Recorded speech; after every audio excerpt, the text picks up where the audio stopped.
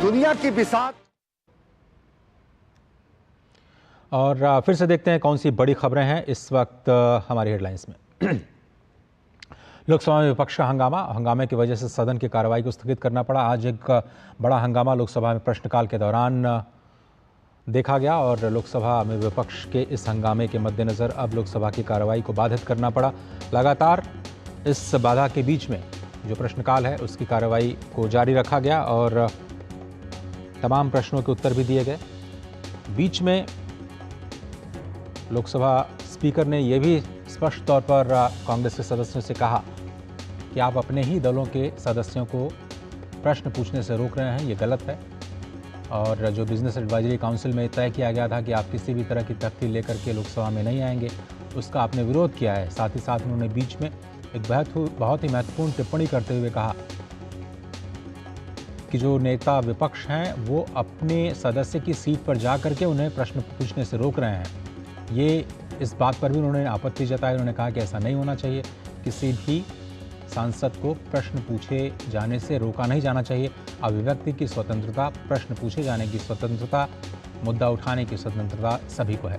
तो लोकसभा में विपक्ष का जोरदार हंगामा। आज मुद्दा भी ये स्पष्ट नहीं हो पाया कि किस वजह से ये हंगामा हो रहा था। शैलेंद्र मिश्र हमारे संवाददाता इस वक्त ज़्यादा जानकारी के लिए सीधे संसद भवन से जुड़े हैं। शैलेंद्र, क्या वजह थी कि लगातार जो विपक्ष के सांसद हैं वो शोर मचाते रहे? हालांकि बिजनेस एडवाइजरी काउंसिल में बात बनती हुई नजर आ रही थी, प्रश्नकाल को बाधित किया गया।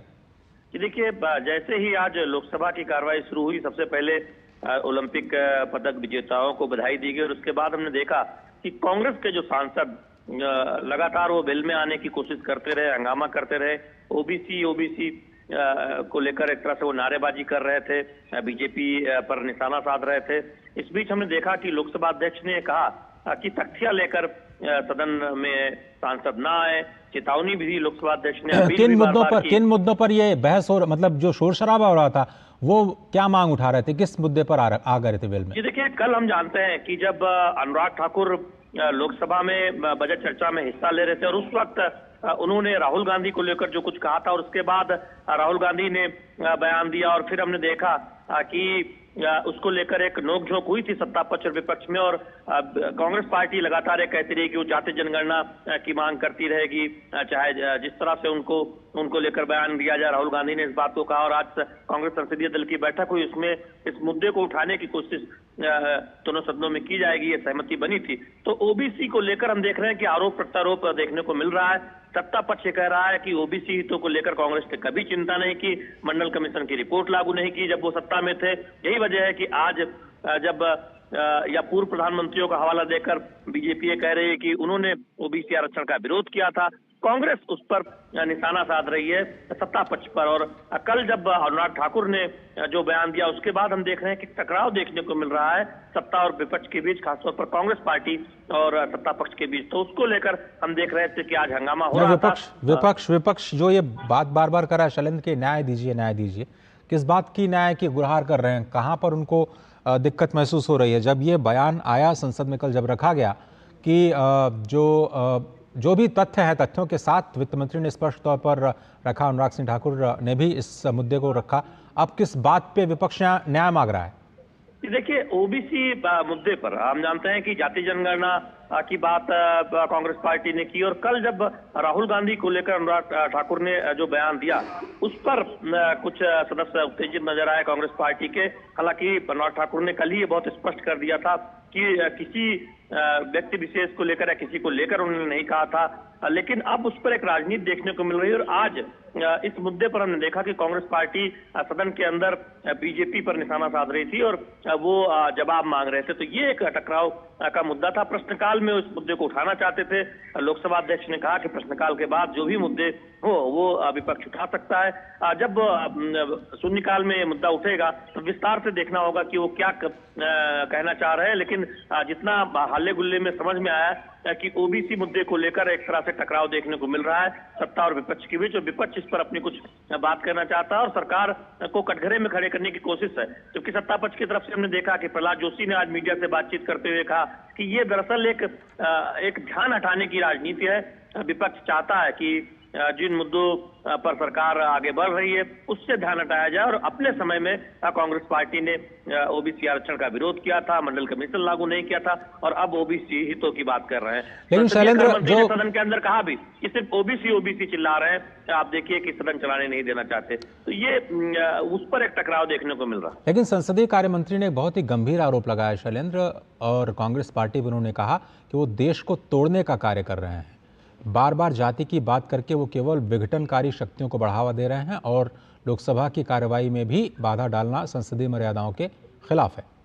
देखिए, जाति जनगणना को लेकर हम देख रहे हैं कि काफी आक्रामक तरीके से कांग्रेस पार्टी उसे उठाने की कोशिश कर रही है, और उस पर हम देख रहे हैं कि करारा जवाब, पलटवार भी सत्ता पक्ष की तरफ से देखने को मिल रहा है कि जब खुद सत्ता में कांग्रेस पार्टी थी तब उन्होंने ऐसा क्यों नहीं कराया। और वो तो ओबीसी आरक्षण का विरोध भी करते थे। उनके जो कांग्रेस शासित केंद्र में जो सरकारें थी, प्रधानमंत्री में पंडित जवाहरलाल नेहरू के उस वक्त के बयान, या फिर राजीव गांधी ने जो कुछ कहा था मीडिया में छपा, उन सबका उदाहरण करते हुए हम देख रहे हैं कि बीजेपी लगातार ये कह रही है कि ओबीसी हितों की अगर चिंता किसी ने की है तो प्रधानमंत्री नरेंद्र मोदी ने की है। उनकी अगुवाई में ओबीसी आयोग को संवैधानिक दर्जा दिया गया, इस तरह के तमाम कदम उठाए गए, और हम देख रहे हैं कि केंद्रीय विद्यालयों में ओबीसी आरक्षण सुनिश्चित किया गया। वही कांग्रेस पार्टी अपने समय में जो सत्ता में रहती है तब वो ओबीसी का विरोध करती है, उनका आरक्षण के खिलाफ खड़ी होती है, और अब एक तरह से देखें तो ये राजनीतिक बयानबाजी या फिर नाटकबाजी कर रही है। तो उसको लेकर हम देख रहे हैं कि काफी टकराव देखने को मिल रहा है। आज की कार्रवाई में और कौन कौन से विशेष गतिविधियां हैं जो आज रहने की उम्मीद है? 12 बजे तक तो स्थगित कर दिया गया है, लेकिन उसके बाद जी देखिए 12 बजे में शून्यकाल में मौका मिलता है तमाम सदस्यों को अपनी बात रखने का, और 12 से 1 बजे तक हम देखते हैं कि जो नए सदस्य आए हैं वो खासतौर पर अपने संसदीय क्षेत्र के मुद्दे उठाते हैं। तो वो आज हम देखेंगे कि, और इसके साथ ही साथ लोकसभा में आगे की जो चर्चा है अन्य मुद्दों पर वो होगी। राज्यसभा में हम देख रहे हैं कि शून्यकाल में कई मुद्दे उठाए जा रहे हैं। बजट चर्चा आज पूरी होगी और उस पर जवाब भी वित्त मंत्री निर्मला सीतारमण देंगी। और शाम को उससे पहले वायनाड में जो कुछ प्राकृतिक आपदा के चलते जो मौतें हुई उनको लेकर एक चर्चा प्रस्तावित है। तो निश्चित तौर पर हम दोनों सदनों में देख रहे हैं कि कामकाज की एक महत्वपूर्ण कामकाज सूचीबद्ध है, लेकिन लोकसभा में फिलहाल हमने देखा कि टकराव की स्थिति देखने की वजह से 12 बजे तक लोकसभा की कार्रवाई स्थगित करनी पड़ी। बहुत धन्यवाद शैलेंद्र मिश्र, आप नजर बनाए रखिए, हम लगातार आपसे संपर्क करते रहेंगे। लेकिन फिलहाल बड़ी खबर यही कि 12 बजे तक के लिए लोकसभा को स्थगित करना पड़ा प्रश्नकाल में विपक्ष ने भारी हंगामे की वजह से। आगे बढ़ते हैं। केरल इस वक्त भारी शोक मना रहा है, और वजह है वायनाड में भूस्खलन की वजह से जो चारों ओर बर्बादी और तबाही नजर आ रही है। देखकर ये अंदाज लगाना मुश्किल नहीं हो रहा है कि इस इलाके को दोबारा बसने में काफ़ी वक्त लग जाएगा। मरने वालों का आंकड़ा लगातार बढ़ रहा है। ताज़ा जानकारी के मुताबिक 150 से ज़्यादा लोगों की मौत हो गई है, और कई लोग अब भी लापता बताए जा रहे हैं। सेना और एनडीआरएफ की मदद से बचावकर्मी लगातार मलबे में फंसे लोगों की तलाश कर रहे हैं। देश के सबसे आकर्षक पर्यटन स्थलों में से एक इस इलाके में कल भारी बारिश की वजह से कई पहाड़ियाँ ढह गई, जिसके बाद कीचड़, पानी और बोल्डर्स की बाढ़ सी आ गई। इससे राज्य में सबसे बड़े भीषण आपदा का सामना करना पड़ा। इस आपदा की वजह से कई घर नष्ट हो गए, पेड़ उखड़ गए। सेना के जवान लगातार प्रभावित इलाकों में जाकर के लोगों की मदद ज़रूर कर रहे हैं। 1000 से ज़्यादा लोगों को बचाया भी गया है। लेकिन इस बीच खबर आ रही है कि मीपाड़ी चूरलमाड़ा रोड पर एक पुल का निर्माण किया जाएगा, जिसके बाद बचाव अभियान में और तेजी आ सकती है। कई संस्थाएं और राज्य की सरकारों ने वायनाड की मदद के लिए हाथ आगे बढ़ाया है। केरल बैंक ने मुख्यमंत्री आपदा राहत कोष से 50 लाख रुपए का योगदान दिया है।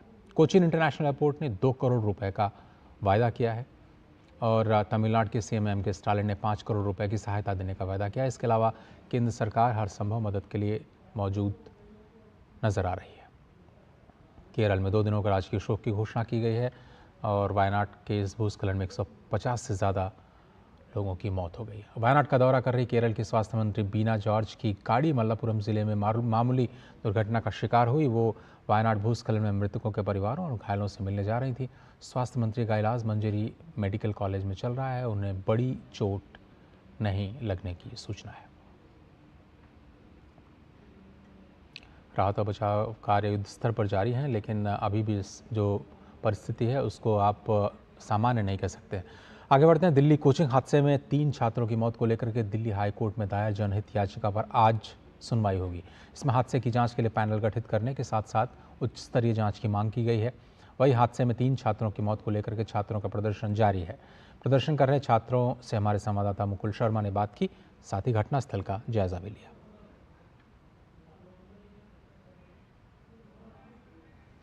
इस वक्त हम मौजूद हैं राव IAS स्टडी सर्कल के बाहर, जहां पर 27 जुलाई की अगर बात की जाए, बारिश की वजह से जो पानी है, सड़क पर पानी भरा और उसके बाद वो पानी सैलाब बनकर इसी कोचिंग इंस्टीट्यूट के अंदर पहुंचा, जिसकी वजह से 3 बच्चों की डूबने से मौत हो गई। उसके बाद से लगातार हमने देखा किस तरीके से जो हंगामा प्रदर्शन चला। हालांकि इस प्रदर्शन को और शांतिपूर्ण ढंग से बनाए रखने के लिए आप देख सकते हैं जो पुलिस है उसने अपने तौर पर व्यवस्था कर रखी है और ख़ासतौर से लगातार समझाने के प्रयास भी यहाँ पर किए जा रहे हैं। जो पुलिस है वो लगातार जो छात्र हैं, जो बच्चे हैं, जो प्रदर्शन यहाँ पर कर रहे हैं, उनसे बातचीत कर रही है कि आखिर क्या कुछ उनकी मांगे हैं, क्यों आखिर वो लगातार प्रदर्शन की जिद पर अड़े हुए हैं। लेकिन यहाँ जो लगातार बच्चे बैठे हुए हैं, सुबह की बात की जाए, दोपहर या फिर रात का जो वक्त है, वो बच्चे यहीं बैठकर बिता रहे हैं। क्या कुछ इनकी मांगे हैं, आइए इनसे जानने की कोशिश करते हैं। क्या कुछ मांग आप लोगों की? सर जो मांगे वही हैं जो कल थी, 5 करोड़ कंपनसेशन और कल्प्रिट्स को सजा और लाइब्रेरी बंद होनी चाहिए जी।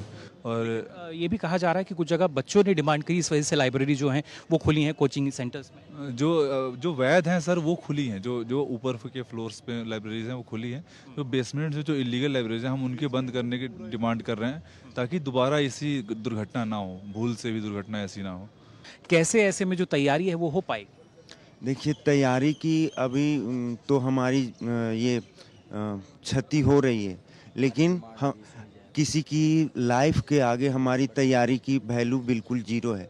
तो हम उनकी लाइफ जो गई हैं, फ्यूचर में और किसी बच्चे की लाइफ ना जाए, इसके लिए हम लोग अनशन पर बैठे हैं, हड़ताल पर बैठे हैं।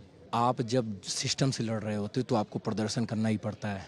कल शाम 3 बजे से और अभी तक 18 से ज़्यादा घंटे हो गए हैं और हम बिना कुछ खाए, बिना कुछ पिए यहाँ धरना प्रदर्शन कर रहे हैं।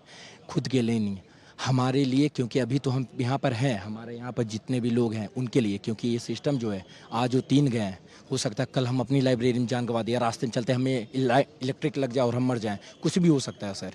तो इसके लिए भी और आने वाली जनरेशन के लिए भी, जो पिछले 70-80 सालों से ये सिस्टम चला रहा है, यहाँ का जो सीवेज सिस्टम, यहीं का नहीं पूरे दिल्ली का सर, जो सीवेज सिस्टम, उसे पूरा दोबारा रिनोवेट किया जाए और उसे अप टू डेट किया जाए। एज पर जो बोला जाता है हमारे देश की राजधानी है, तो राजधानी के लेवल की चीज़ें भी, सुविधाएं भी होनी चाहिए सर। नई दिल्ली से कैमरा पर्सन मोंटी के साथ मुकुल शर्मा, DD न्यूज़। और कोचिंग हादसे के बाद जागी दिल्ली सरकार ने कोचिंग रेगुलेशन एक्ट बनाने का फैसला लिया है। दिल्ली सरकार में मंत्री और आप नेता आतिशी ने प्रेस कॉन्फ्रेंस करके कहा कि दिल्ली सरकार अब कोचिंग रेगुलेशन एक्ट लेकर आएगी। साथ ही उन्होंने कहा कि प्रारंभिक रिपोर्ट के आधार पर MCD ने कार्रवाई शुरू कर दी है।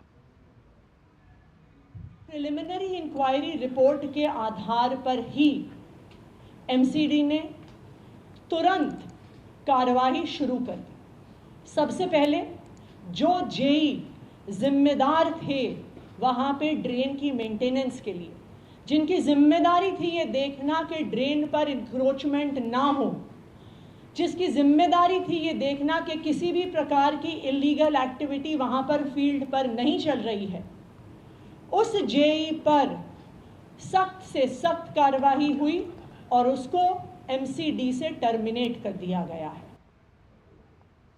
और अब खबर पेरिस ओलंपिक से जुड़ी हुई।